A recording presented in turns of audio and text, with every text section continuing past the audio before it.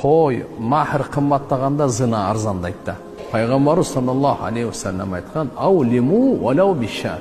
Bir қой сойып болсын, той өткөріп қой. Бол. Еш қандай шарт жоқ. Болса бұл дағы сүннет.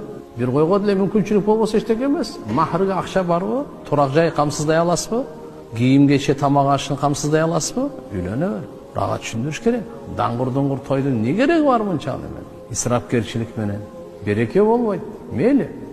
İslam dini жоқ деп атқан жері жоқ. Үйленген той бар. Құрсаншылық. Бірақ үйчені менен жөнөкөй. Бұның уяты жоқ бұл. Наоборот, ең берекелі той.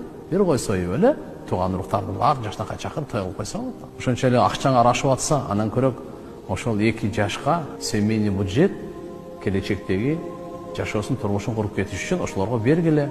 Bir бизнес ачып берип койгула, bir жер алып берип койгула, дыйканчылык кылабы, же автомойкада иштейби. Бул кичине бир нерсе.